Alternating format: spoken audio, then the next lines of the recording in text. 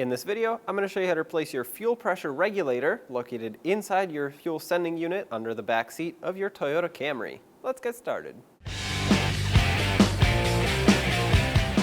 To begin this process, we need to relieve fuel pressure from the system. To do that, in your engine compartment towards the driver's side, you'll see this cover which says relay and fuses. You're going to pop this up by pressing on this tab here. There's a similar looking tab on the back side.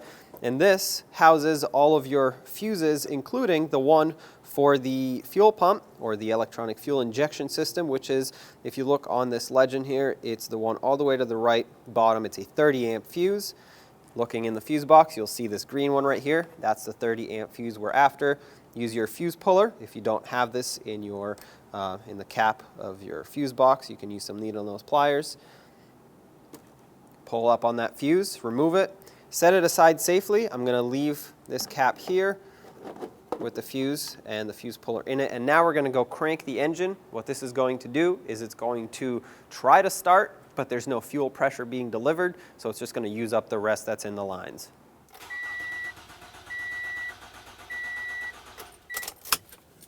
Just a few cranks should be enough. There you go. The next step is to remove this back seat, or the bottom of it at least, so we can access the top of the fuel pump. To remove this, on each side, you'll have a little hook right about here and here that snaps it down. So just grab it and pull up firmly, and it should pop out. There we go. Once you do that, you should be able to continue lifting it and pulling it out. Now this is the cover where we'll access everything, the electrical connector as well as all the lines. It is stuck down with some butyl tape, so just take something that you have that'll pry it. If you're using a metal piece like I am, which sometimes you kind of have to because it's really stuck on here, be careful not to scrape anything, scratch the paint off, because it will rust if you do that. Just gentle, constant pressure will get this off of here. There we go. This butyl tape is extremely sticky, so be careful not to get it on your clothing or on the carpet because it will be pretty much impossible to get back off. Once you get to this point, you can push this grommet through so you can get a little bit more slack out of this wiring harness. There we go. And we can flip this over. Once again, make sure you don't get this stuff on the carpet. And now we can unplug the electrical connector and get this wire completely out of here. A lot of times these are gummed up with a lot of sand and debris, so work it back and forth. If you need to, get a vacuum and vacuum all this up. Don't try to press it really hard with some pliers or pry on it with a screwdriver, because if you break this connector, you can't properly reattach your fuel pump anymore, and that would be a problem. I can see that it wants to move, but it's gummed up with a lot of sand. So what I'm actually going to do is I'm going to grab a vacuum and try to vacuum all this up and maybe spray a little bit of rust penetrant right in the connector area here to loosen it up.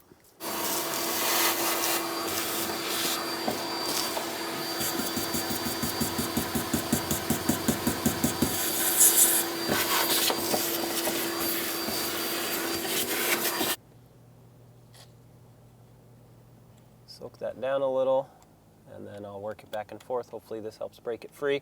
Since I have the rust penetrant out, I'm just going to soak down these connectors as well. A lot of times these get stuck, and we'll have to take all these off anyway. It has come down to using pliers. Be very gentle if you have to do this.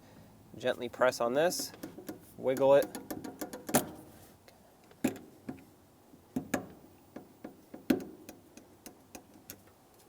There we go. It was clearly pretty stuck in here, so I'm going to tap it down like this. Hopefully that'll remove some of the debris in there. I might blow some compressed air, but hopefully yours comes off a lot easier. Now, if you need to use a vacuum to do further cleaning before you disconnect any lines, this is going to be the last time you can do that, because once you crack any three of these lines open, fuel fumes come out, and electric motors and fuel fumes don't really mix together well. If you still need to remove debris after you've removed the lines, you can use compressed air, of course, but just not a vacuum. To disconnect the red connector for the evap line, I'm going to start at the bottom with a pocket screwdriver and press that little hook down. With another tool, I'm going to pry outward like this and come in at the top with the pocket screwdriver and press this one, or pry this one up. As you push this out, it's going to click out of place like that. That's how you know it's disconnected. And now, if you just wiggle this slowly, you should be able to pull this line off. Once again, this is for evaporative emissions. This is not fuel, but there are fuel fumes going through it. Next, we have to remove the fuel lines here, and it doesn't matter which one you do first. These yellow clips for the fuel lines, they slide straight back like that. You have to basically do a similar style setup here as to what we had before for the red one. A tool to pry it out and one to unlock it as you pry out. There we go. Whoops, sometimes they do pop back, so be careful, but also be careful when you pry not to damage the fitting or the line here. There we go. Remove this. You can either remove it all the way, or sometimes the hose will pop off like this. It looks like I have to remove mine all the way. If you do, remember which direction it goes in. Not that it'll lock in any other way. You can't put it upside down, but obviously keep these safe. And now you should be able to slowly pull up on this. Set that aside. If you wanted to wrap a rag around it so debris from here doesn't get on the line, that's also a good idea. So I'm going to use this to hold pressure on it. And do one side and the other side. There we go. Spraying rust penetrant definitely helped on those. Often they are stuck.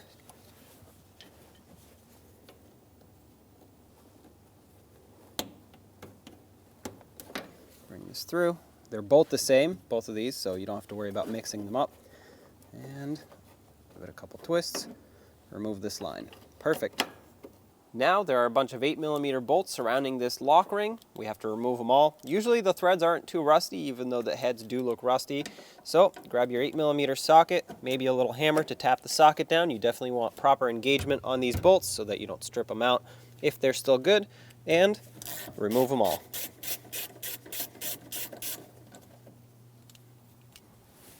I do not recommend using electric power tools at this point. So if you have air, use air.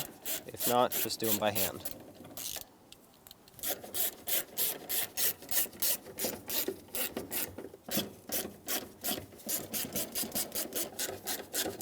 As soon as you take this last one out, the fuel pump assembly is spring loaded, so keep that in mind. It will pop up a little bit. And that was our last one. So at this point, I have to actually push this pump down so I can have space here to get the lock ring off. Pay attention to your fuel lines. You don't want to break them. They are plastic. They do bend a little bit, but you obviously don't want to break them. So get this off and set it aside.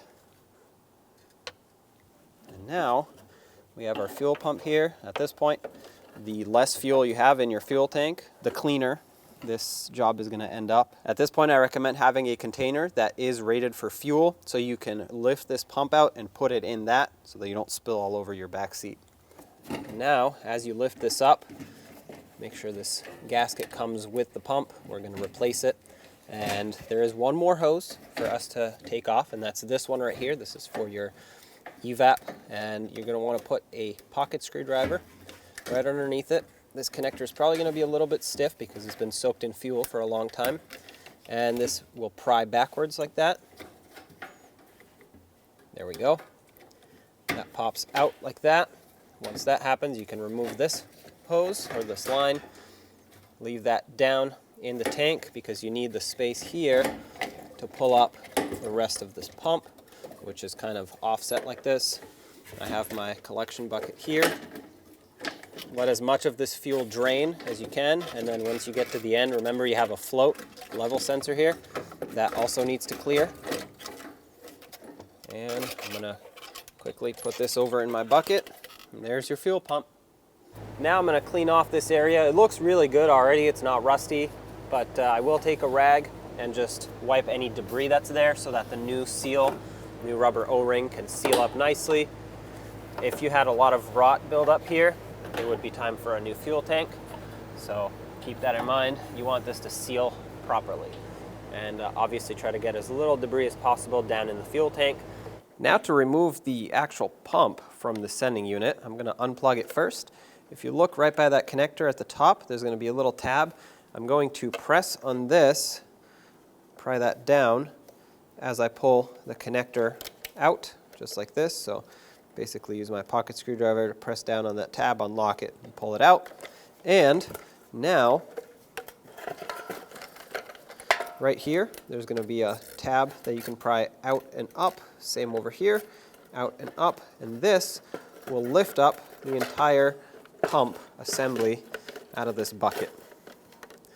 There it is.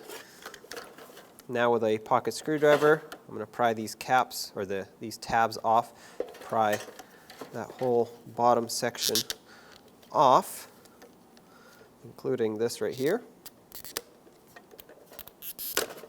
Okay, that pops out. Now to get this regulator off, just pry it with a little tool, pocket screwdriver, whatever you have. It's going to have some O-rings in here. There's going to be fuel already in here. And you're going to have to take the O-ring off at the top here so you can save this plastic piece, just a little spacer. I'm going to put this O-ring back on here so I can discard it with this regulator and install a new one when the time comes. And there it is. On your new regulator, put this plastic piece on, and then a new O-ring, which should come with your regulator. Slide this on. The direction of it doesn't matter. You definitely want to make sure, though, that it is pressed all the way down in. If there's a little bit of fuel in there, it actually does help to lubricate those O-rings and press them on. On the fuel pump at the top, make sure you put this plastic ring on, kind of like a spacer there, and then this can fall off, so when you put the pump in, make sure it stays on there the whole time. It actually will go right in there. There's going to be an O-ring. That's where it all seals up, so try not to tip the pump over. Try to get this housing to slide over like that, and then turn this all into position so that the bottom can latch in on all these clips. And then you want to press them nice and tight, just like that. That all snaps together. And now we can put this down in here. As you drop it down, remember these clips need to slide into their corresponding locks, just like that. That's locked in, perfect.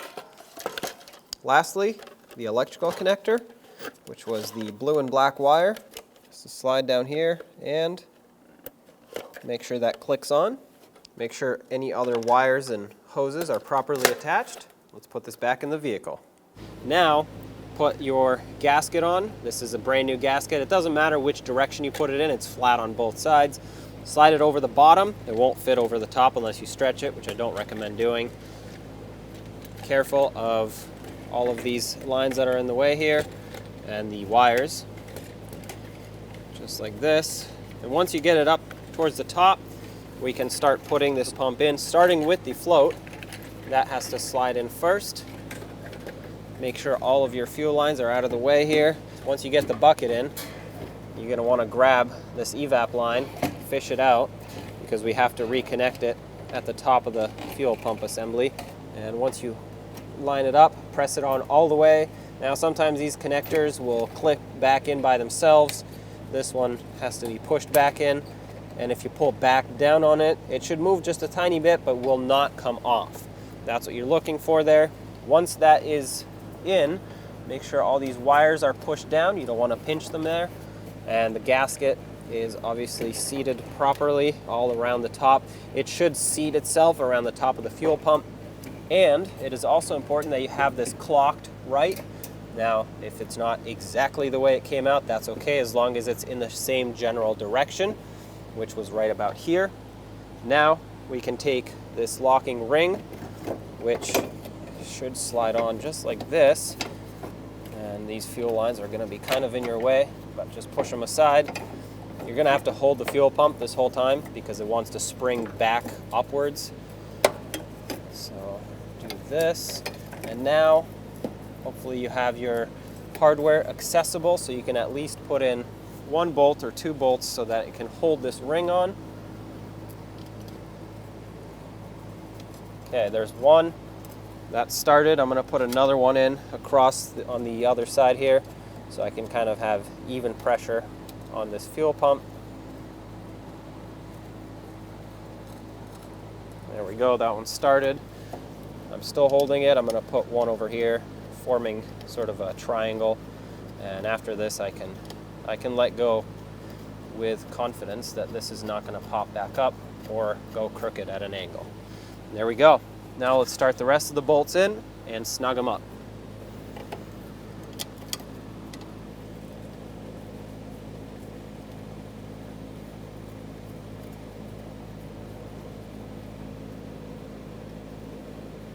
At this point, I have all of them started by hand. You do not want to cross-thread any of these, so don't just smash them down with the socket. And I'm going to snug them up in a cross pattern. You'll see that the fuel pump and the ring will start squishing down as I snug these because the gasket is seating and sealing. Now, these are tiny, so keep in mind you do not want to break them by tightening them too much. Just give them a little snug. Once they bottom out and basically get snug, at most an eighth of a turn after that. Otherwise they will break and that's not going to be a fun time. Okay, so this is all of them snugged. I'm going to go around one more time. As you can see, this one loosened up. Now let's reconnect all the fuel lines. I'm going to start with this one here, and this evap line. Once it bottoms out like that, hold it and press this clip back in. Use a little pocket screwdriver, lift those up, make sure it doesn't come out. Let's put in the yellow retainers for the other fuel lines. Slide it in. This one came from that direction, and you want to make sure that it locks in completely. This part needs to be flush and the ends here need to be hooked in. This line should not be able to pop out. Do the same to this one. Now connect the electrical connector. Make sure that clicks. Flip this cover over, line it up. I mean, there's really only one way that it can go on. And because there's no hardware attaching this, it's just butyl tape, you're going to want to put pretty much your whole body weight on it. Just squish that tape down. This is going to seal it up. It's important that it's sealed. And of course, once you put the back seat and maybe you have some passengers or cargo back here, it'll automatically squish down. But to start, you want to have a nice tight seal. So make sure it's even all the way around. And there you have it. Let's put the back seat on. When you put the back seat in, make sure you get the seatbelt latches through their corresponding cutouts here. And then slide the seat in. Sometimes you'll need to kind of forcefully push it down into place. Make sure the seat belts themselves are not getting pinched and caught. And once you get it close, it should pop down in position. And this is not the final step. Oh, that just clicked in. The final step is to actually press this down to clip it. There we go. And there you have it. Let's start up the engine, make sure it runs. Put this fuse back, just like that. Take your fuse box cover, line it up, snap it down. Now that the job is done, before we start the vehicle, I like to prime the fuel system, which means putting the key in the ignition, turning it 2 clicks to the on position. This is going to let the fuel pump run. Hold it here for a few seconds, shut it off, do this again. I'm going to do this 3 times and then I'll start it. This usually gets all the air out of the system. You can hear the fuel pump run if you're in a quiet environment. Starts right up. When only the best will do, demand TRQ. The only company that lets you view before you do. TRQ is committed to offering the highest quality aftermarket auto parts that are engineered for peace of mind. Thanks for using and viewing with TRQ.